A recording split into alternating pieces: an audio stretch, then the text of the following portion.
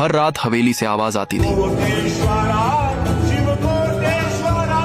लोग कहते थे जो भी उस हवेली के अंदर जाता है अगली सुबह उसकी लाश वहीं मिलती है। इसी वजह से गांव वाले उसे किशन बाबू की हवेली कहते थे। गांव के बुजुर्ग हमेशा चेतावनी देते थे उस हवेली के अंदर कभी मत जाना, वहां आज भी किशन बाबू की आत्मा भटकती है। एक दिन शहर से सीआईडी गजू भाई गाँव में आया। रात होते ही वह हवेली के पास पहुँच गया। तभी हवेली के अंदर से वही आवाज सुनाई दी।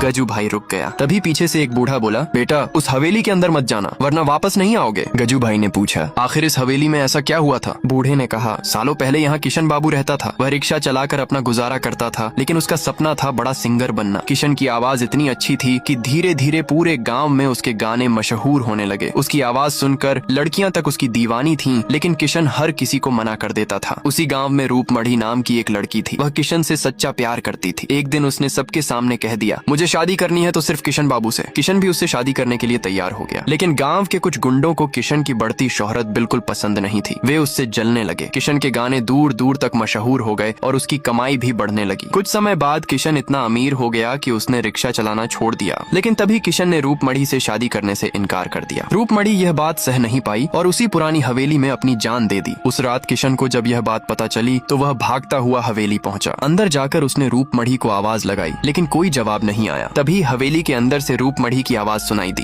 किशन बाबू। किशन डर गया, लेकिन फिर वह रूपमढ़ी का मनपसंद गाना गाने लगा। लेकिन उसके बाद वह कभी वापस नहीं आया। सीआईडी गजू ने पूछा, आखिर उस रात क्या हुआ? बूढ़ा बोला,